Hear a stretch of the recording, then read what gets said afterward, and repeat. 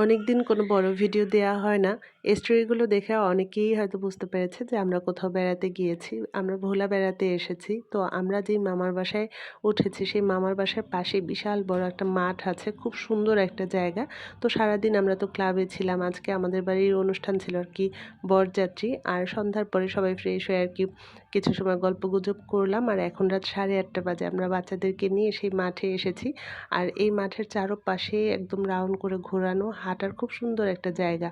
এরপরে শুভ আমাদের জন্য ফুচকা, তারপরে ঝালমুড়ি অর্ডার করলো। আমরা সবাই এখানে দাঁড়িয়ে আরকি একসঙ্গে ফুচকা খেলাম।